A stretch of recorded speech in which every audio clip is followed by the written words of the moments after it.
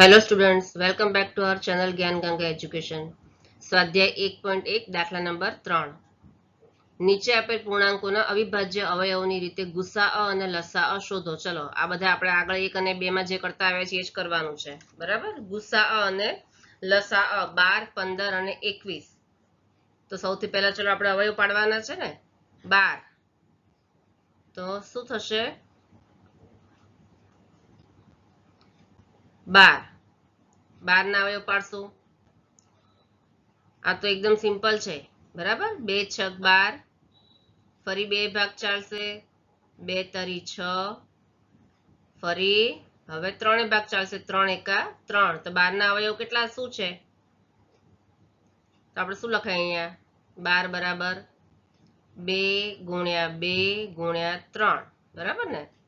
પછી 15 ના અવયવ પાડીએ. ચલો, 15 ના અવયવ પાડશું તો શું આવશે એમાં? 3 પંચા 15. બરાબર? 3 પંચા 15 અને 5 એકા 5. તો 15 ના અવયવમાં શું આવશે? 15 બરાબર શું લખશું આપણે? 3 ગુણ્યા 5. હવે શું બાકી છે? 21. 21 ના અવયવ પાડીશું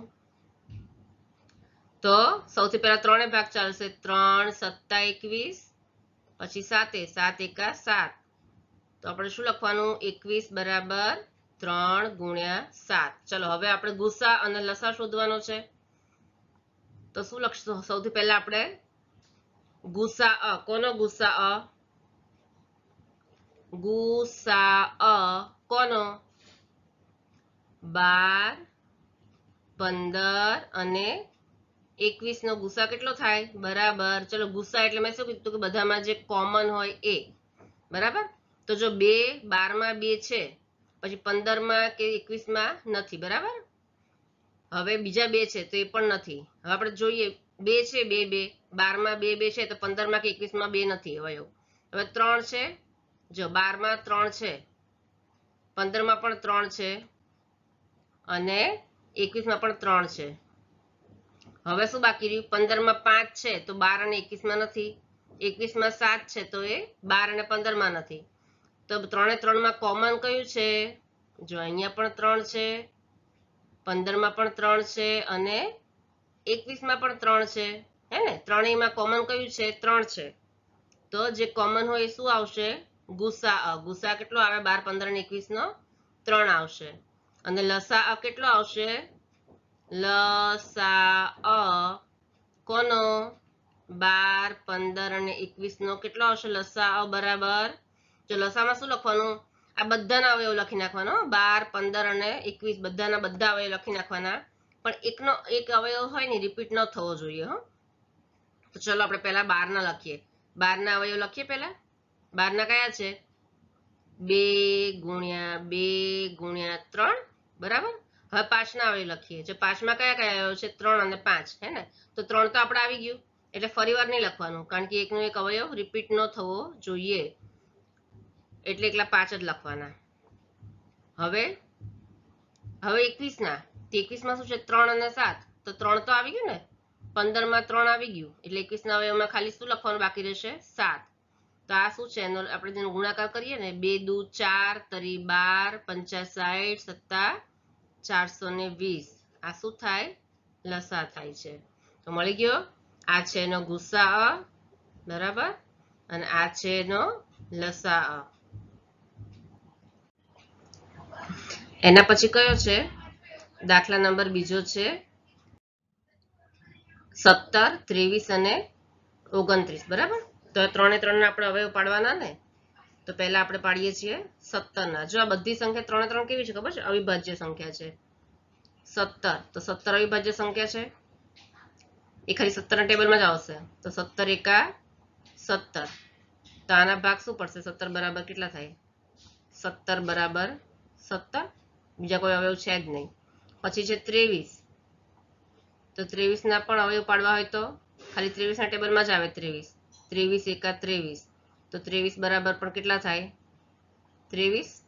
અને પછી છે 29. તો 29 પણ એવી સંખ્યા છે કે 29 ના ટેબલમાં જ આવશે. બરાબર ને? 29 એકા 29. તો 29 બરાબર એના અવયવ કેટલા છે? 1 29 જ છે ખાલી, બરાબર. ચલો હવે આપણે આને જો હવે આપણે ગુસ્સા કરવો હોય ને તો આપણે શું કહીએ છીએ કે જે ત્રણેયમાં કોમન હોય એ લખવાનું, પણ આમાં તો કોમન જેવું કઈ છે નથી, બધામાં શું છે, બધું અલગ જ છે. 17 23 અને 29 એમાં કોમન કશું જ નથી, તો જેમાં કોમન કાંઈ પણ ક્યાંય કોમન ન હોય ને તેનો જવાબ શું આવશે, 1 આવશે, બરાબર ને. અને લસા શોધવો હોય તો લસા કેટલો આવશે, લસા 17 23 અને 29 નો લસા કેટલો આવશે, તો 3 3 ના અવયવ લખી નાખવાના અને એક પણ રિપીટ થવો જોઈએ નહીં, એક છે એ બીજામાં રિપીટ ના થવો જોઈએ. 17 અચ્છા ગુણ્યા, જો અહીંયા કોમા નહીં આવે, 17 પછી ગુણ્યા 17 23 અને 29 ત્રણેયના ગુણાકાર કરી નાખવાના, 17 ગુણ્યા 23 ગુણ્યા 29, બરાબર. તો ત્રણેયનો ગુણાકાર કરો તો શું જવાબ આવશે, 1 1 3 3 9, બરાબર, આ જવાબ આવશે. ચલો હવે તમે આ પેલી ઘાતવાળી રીતે જુઓ, મોટી ઘાત ને નાની ઘાતવાળી, તો એમાં કેવી રીતે થાય. ચલો આપણે ખાલી એમને આજે આ રીત સાચી જ છે, તમને આ રીત સહેલી લાગે ને તો આ રીતે કરવાની, બાકી જેને ઘાતવાળી સમજવું હોય તો આપણે શું કરવાનું કે 17 ના અવયવ પાડે આપણે, તો 17 ના અવયવ કેટલા પડે છે, 17 ના અવયવ, પછી અહીંયા આપણે લખવાના 23 ના અવયવ અને અહીંયા લખવાના 29 ના અવયવ, બરાબર. તો 17 ના અવયવમાં શું છે, એકલા 17 જ છે. 23 ના અવયવમાં શું છે, ખાલી 23 જ છે. અને 29 ના અવયવમાં શું છે, ખાલી 29 જ છે, બરાબર ને. તો હવે આમાં શું કરવાનું, ગુણ્યા ગુણ્યા, આમાં 17 છે, બીજામાં 23 છે, ત્રીજામાં 29 છે. 17 ની અહીંયા કેટલી ઘાત છે, 1 ઘાત છે, બરાબર. અને 23 ની કેટલી ઘાત છે, 0 ઘાત છે. 29 ની કેટલી ઘાત છે, 0 ઘાત છે, બરાબર ને. પછી અહીંયા 23 છે તો 23 ની 1 ઘાત છે. તો કયા બે બાકી રહ્યા, 17 અને 29 બાકી રહ્યા ને, 17 અને 29 એ બંનેની કેટલી ઘાત છે, 0 0 ઘાત છે. પછી અહીંયા 29 છે, 29 ની 1 ઘાત છે, તો કયા બાકી રહ્યા, અહીંયા 17 અને 23 બાકી રહ્યા, એ બંનેની કેટલી ઘાત છે, 0 0 ઘાત છે.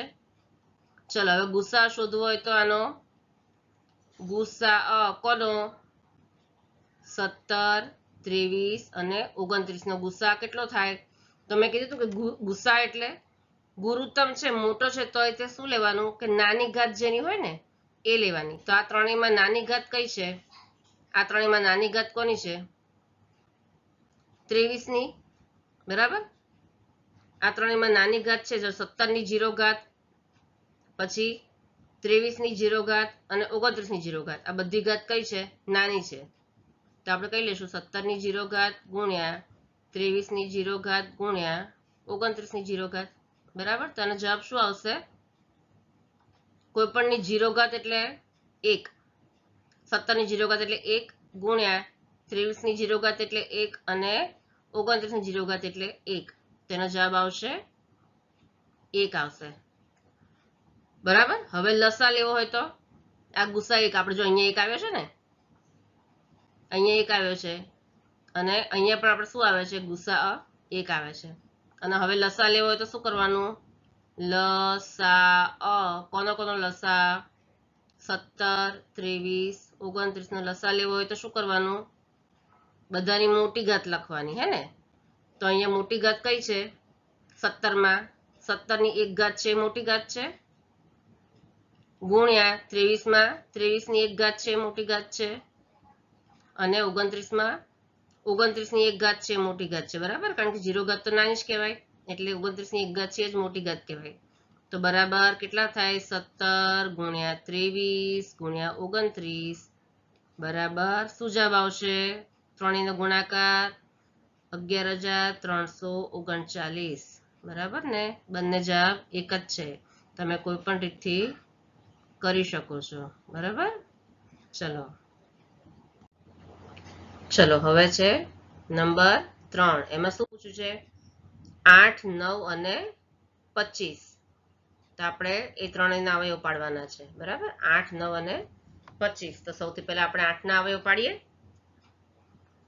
હવે તો બધાને ઈઝી લાગતું હશે ને, 8 ના અવયવ પાડીએ. ચલો 8 ના અવયવ એટલે 2 ભાગ ચાલશે, 2 ચોક 8, ફરી 2 ભાગ ચાલશે, 2 દૂ 4, ફરી 2 ભાગ ચાલશે, 2 એકા 2, બરાબર. પછી કોના અવયવ પાડવાના છે?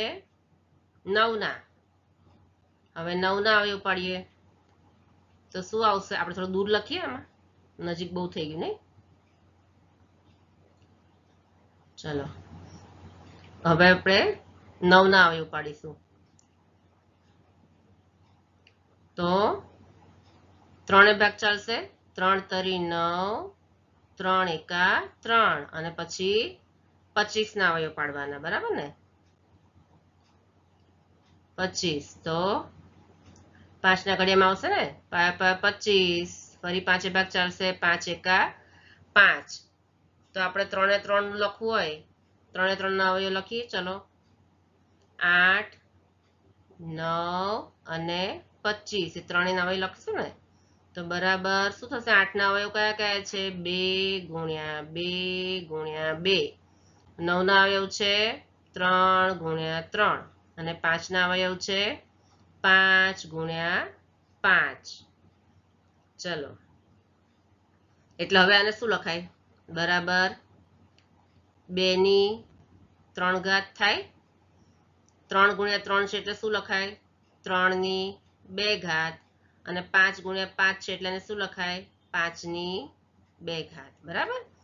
હવે આ બધામાં શું છે? 2, 3 અને 5. જો આપણે લસા લેવો હોય ને તો આ ત્રણેયમાં કોમન કશું નથી. 8 ના અવયવમાં ખાલી 2 જ છે, 9 ના અવયવમાં ખાલી 3 જ છે, અને 25 ના અવયવમાં 5 જ છે, એટલે કોમન કશું નથી. એટલે ગુસા કોમન આપણે કાઢી નહીં શકીએ, એટલે ગુસા એનો એક જ આવવાનો છે. પણ આપણે તો ઘાતની રીતે જોવું હોય ને તો કેવી રીતે કરવાનું? જો 8 ના અવયવમાં 2 ની 3 ઘાત છે, તો હવે 3 અને 5 નથી એમાં, બરાબર. તો આપણે 3 અને 5 ની કેટલી ઘાત લખવાની? 3 ની 0 ઘાત લખવાની અને 5 ની 0 ઘાત લખવાની, બરાબર. હવે અહીંયા 9 ના અવયવ છે, એમાં 3 ની 2 ઘાત છે, તો શું નથી? 2 અને 5 નથી. તો આપણે શું લખવાનું એમાં? કે 2 ની 0 ઘાત લખવાની અહીંયા, અને ગુણ્યા શું નથી બીજું? 5, તો 5 ની 0 ઘાત લખવાની. હવે 25 ના અવયવમાં શું છે? 5 ની 2 ઘાત, તો આમાં શું નથી?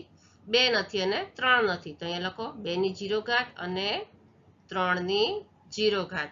હવે આપણે ગુસા શોધવો હોય તો શું કરવાનું? ગુસા આપણને ખબર તો પડી જ ગઈ છે કે કોમન કશું નથી, એટલે ગુસા એક જ આવે. પણ આપણે તો ગણીએ. ચલો તો ગુસા બરાબર કેટલો થાય? ગુસા બરાબર કેટલો થશે? આ ત્રણેયનો ગુસા કોનો? 8, 9 અને 25. એનો ગુસા કેટલો થશે?